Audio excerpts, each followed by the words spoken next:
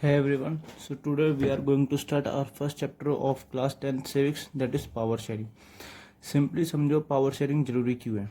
देखो, power sharing जरूरी इसलिए है ताकि किसी भी दो कम्युनिटी, रिलीजन या कास्ट के बीच में कॉन्फ्लिक्ट ना हो।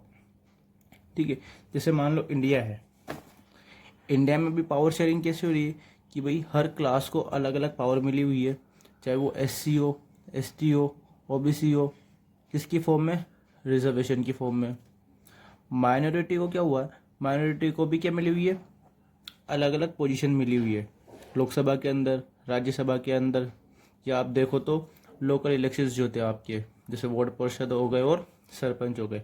ठीक है, ये पावर शेयरिंग जरूरी इसलिए है ताकि आगे जाके किसी भी कास्ट को ऐसा नहीं लगे कि मेरे साथ क्या हुआ है, एक्सप्लॉयटेशन हुआ है, डिस्क्रिमिनेशन हुआ है। वैसे ही दो एग्जाम्पल आपके दे रखे, एक बेल्जियम के और एक दे रखा है श्रीलंका का, कि कैसे पावर शेयरिंग की हेल्प से बेल्जियम ने क्या कर लिया कि जो फ्रेंच और डच के बीच में जो कॉन्फ्लिक्ट होने वाला था उसको कम कर लिया, उसको मिनिमाइज कर लिया। और वहीं श्रीलंका ने पावर शेयरिंग को एक्सेप्ट नहीं किया, जिसकी वजह से वहाँ पे क्या देखा अपन ने, सिविल वॉर देखा। चलो अपना चैप्टर स्टार्ट करते हैं। देखो, the process of distribution of power of a country or a region among different part of government or sharing of power of decision making between people of different community to minimize the conflict। ये ध्यान रखना, to minimize the conflict. तो simply क्या बोला गया है कि power sharing का मतलब क्या है कि हम जो पावर होती है कॉन्स्टिट्यूशन की, to make the rules, to follow the rules, उसको डिस्ट्रीब्यूट कर लेता है डिफरेंट गवर्नमेंट इंस्टीट्यूशंस के बीच में, लोगों के बीच में और डिफरेंट कम्युनिटी के बीच में। देखो इंडिया में पावर शेयरिंग कैसे होती है, इंडिया में पावर शेयरिंग होती है लेजिस्लेचर, एग्जीक्यूटिव और जुडिशरी के बीच में। देखो इंडिया में पावर शेयरिंग होती है लेजिस्लेचर, एग्जीक्यूटिव और जुडिशरी के बीच में। अब लेजिस्लेचर, एग्जीक्यूटिव, जुडिशरी क्या होती है, देखो इंडिया में जितने भी रूल्स बनते हैं उन रूल्स को बनाने का काम कौन करता है, आपका लेजिस्लेचर करता है। दूसरा, उन रूल्स को इम्प्लीमेंट करने का काम कौन करेगा, आपका एग्जीक्यूटिव करेगा। और ये दोनों अपना काम सही से कर रहे हैं या नहीं कर रहे, ये देखने का काम कौन करेगा, आपका जुडिशरी करेगी। देखो मान लो लेजिस्लेचर कोई एक ऐसा रूल बना देती है जो किसी एक पर्टिकुलर कम्युनिटी के फेवर में है, पर दूसरी कम्युनिटी के साथ क्या हो रहा है, एक्सप्लॉयटेशन हो रहा है, गलत हो रहा है। तो ये गलत ना हो, इसका काम कौन करेगा, कौन देखेगा, ये आपकी जुडिशरी देखेगी।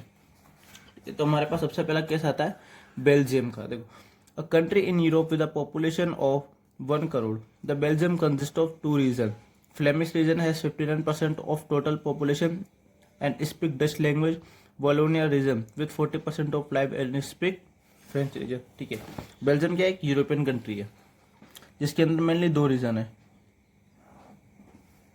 सबसे पहला तो हो गया आपका फ्लेमिश रीजन, दूसरा हो गया आपका वॉलोनिया रीजन। देखो फ्लेमिश रीजन जिसकी पॉपुलेशन कितनी है, 59%। तो आपका फ्लेमिश रीजन है उसकी पॉपुलेशन कितनी है, आपकी 59%। और लोग क्या बोलते हैं वहाँ पे, डच लैंग्वेज बोलते हैं। वहीं आपका जो वॉलोनिया रीजन है विद पॉपुलेशन ऑफ 14%, और लोग वहाँ पे क्या बोलते हैं, आपकी फ्रेंच बोलते हैं। तो इसका मतलब क्या हो गया, जो फ्रेंच हो गई वो आपकी माइनॉरिटी होगी। पर ठीक, जो आपकी ब्रुसेल्स है, जो बेल्जियम की कैपिटल है ब्रुसेल्स, उसका सीनियर एकदम क्या है, रिवर्स है। सीनियर रिवर्स किस है कि भाई जो फ्रेंच कम्युनिटी इस आउटर रीजन में क्या थी, माइनॉरिटी में थी, वहीं पे यहाँ पर क्या होती है, वो मेजोरिटी में होती है 80% पॉपुलेशन के साथ। और जो आपकी डच कम्युनिटी 59% के साथ यहाँ आउटर रीजन में मेजोरिटी में थी, वही यहाँ पर क्या हो जाती है, माइनॉरिटी में हो जाती है। तो इसका मतलब क्या हुआ, जो आउटर रीजन है और ये जो आपकी कैपिटल है, ये एकदम क्या हो गया, अपोजिट हो गया। अब जो वहाँ की फ्रेंच कम्युनिटी थी वो हमेशा से क्या रहती है, रिच रहती है, प्रॉस्परस रहती है, इकोनॉमिकली आपकी क्या रहती है, डेवलप रहती है। इसकी वजह से जो आपकी डच कम्युनिटी रहती है उसको क्या लगता है कि भाई हमारे साथ क्या हुआ है, डिस्क्रिमिनेशन हुआ है, हमारे साथ सही नहीं हो रहा, हमारे साथ पार्शलिटी हो रही है। तो काफ़ी टाइम क्या देखा जाता है कि कॉन्फ्लिक्ट इरेज हो जाते हैं। अब इस कॉन्फ्लिक्ट को कम करने के लिए जो वहाँ की गवर्नमेंट रहती है बेल्जियम की, वो क्या करती है, अपने कॉन्स्टिट्यूशन में चेंज लेकर आती है 4 टाइम्स, 97 से लेकर 1993 तक। देखो, the minority French speaking community was rich and powerful, so they got the benefit of economic development. and education. This created tension between the Dutch speaking and French speaking community during the 1950s and 1960s. ठीक है, जैसे मैंने आपको बताया कि जो French speaking community होती है वो क्या होती है, रिच और पावरफुल होती है। इसी कंपेरिजन में डच स्पीकिंग कम्युनिटी के बीच में इकोनॉमिकली क्या होती है, डेवलप्ड होती है, और एजुकेशनली भी क्या होती है, काफ़ी प्रोस्पेरस होती है। और इसी वजह से क्या होता है, एक टेंशन क्रिएट हो जाता है फ्रेंच स्पीकिंग और डच स्पीकिंग कम्युनिटी के बीच में। कब? 1950 और 1960 के बीच में। आगे देखो, accommodation of Belgium. Belgium leader took different part to resolve this conflict by amending their constitution 4 time between 1970s and 1993। इसी कॉन्फ्लिक्ट को कम करने के लिए वो किसका सहारा लेते हैं? पावर शेयरिंग का सहारा लेते हैं, और अपने कॉन्स्टिट्यूशन में 4 बार चेंजेस लेकर आते हैं। किस किस के बीच में? 1970 और 1993 के बीच में। अब की एलिमेंट्स क्या होते हैं कि भाई जो चेंजेस लेकर आते हैं, ये मेन क्वेश्चन है, जैसे आपके क्वेश्चन इरेज हो सकता है, ठीक है, सॉरी क्वेश्चन अराइज हो सकता है। तो अब जो मेन की एलिमेंट्स है कि भाई उन्होंने क्या चेंजेस लेकर आए, ऐसे कौन से स्टेप्स लिए जिनके बीच में उनका कॉन्फ्लिक्ट क्या हो गया, एकदम ही कम हो गया। तो फर्स्ट पॉइंट देखिए, the number of Dutch and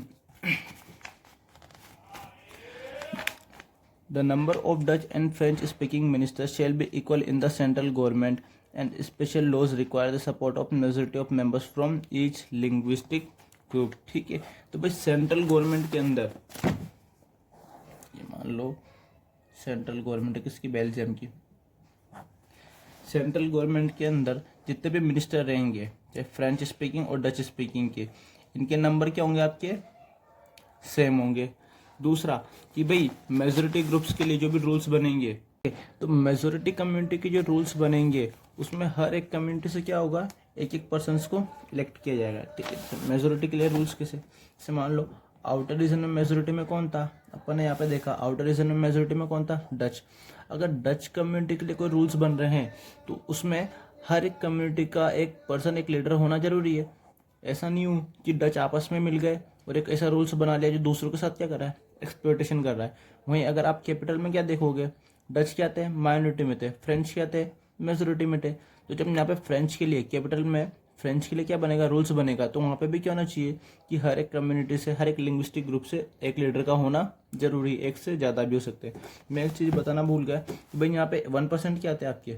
German speaking population भी थी, ये ध्यान रखना, 1% जर्मन स्पीकिंग पॉपुलेशन।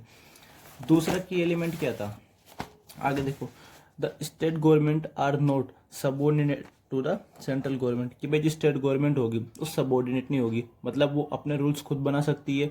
उनको क्या रिक्वायरमेंट है, किस रूल की रिक्वायरमेंट है, अगर कोई प्रीवियस रूल ऐसा बना हुआ है जो सही नहीं बैठ रहा प्रेजेंट के हिसाब से, उसमें क्या कर सकते हैं, वो चेंजेस कर सकते हैं अपने हिसाब से। मतलब जो आपकी स्टेट गवर्नमेंट होगी वो किसी भी तरह से बाध्य नहीं होगी, किसी भी तरह से बाउंडेड नहीं होगी, किसके? सेंट्रल गवर्नमेंट के। थर्ड जो आपका की एलिमेंट है, Brussels had a separate government in which both the community have equal representation. देखो ब्रुसेल्स क्या थी? आपकी कैपिटल थी, किसकी? बेल्जियम की। यहाँ पे मैंने आपको बताया था कि भाई यहाँ पे जो आउटर रीजन है उससे कंपेरिजन में सिनेरियो क्या है, उल्टा है। सिनेरियो उल्टा कैसे? कि भाई जो आपकी फ्रेंच स्पीकिंग है वो क्या है, यहाँ पे मेजोरिटी में 80% के साथ। जो आपकी फ्रेंच स्पीकिंग है वो क्या है, मेजोरिटी में 80% के साथ। और आपकी जो डच स्पीकिंग है वो क्या है, माइनॉरिटी में कितने, 20% के साथ। तो यहाँ पे जो लीडर्स होंगे वो भी क्या होंगे, इक्वल नंबर में होंगे दोनों, ताकि इनके बीच में भी क्या ना हो, कॉन्फ्लिक्ट ना हो। आगे आपका फोर्थ पॉइंट है, there is a third kind of government called community government elected by the people belonging to one language community, Dutch, French and German speaking. This government will work for cultural, education and language related issue। एक अलग से government बनी, उसको क्या बोला गया, community government. देखो community government का क्या था कि हर एक कम्युनिटी के लिए क्या बनाएगी, खुद से क्या बनाएंगे, वो एक कम्युनिटी गवर्नमेंट बनाएंगे, चाहे वो डच हो, फ्रेंच हो या जर्मन हो। ये तीनों आपस में क्या करेंगे, ये अलग से क्या करेंगे, खुद की पर्टिकुलर कम्युनिटी क्या बनाएंगे, कम्युनिटी गवर्नमेंट बनाएंगे। ये कम्युनिटी गवर्नमेंट में क्या होगा, ये अपने लीडर्स को इलेक्ट करेंगे। और ये कम्युनिटी गवर्नमेंट किसके लिए काम करेगी, कल्चरल के लिए, एजुकेशन की, अपने लैंग्वेज को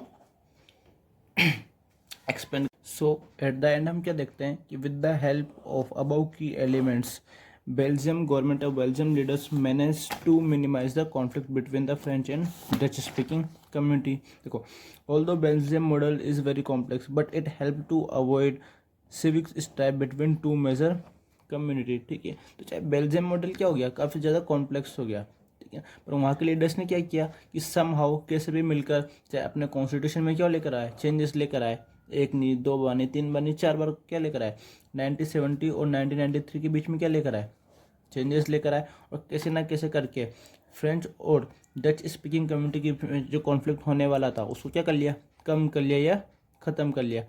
आगे जो कैसे श्रीलंका का ये हम नेक्स्ट वीडियो में देखेंगे, ताकि ये वाली वीडियो क्या हो जाए, ज़्यादा लेंदी ना हो जाए। So thank you friends.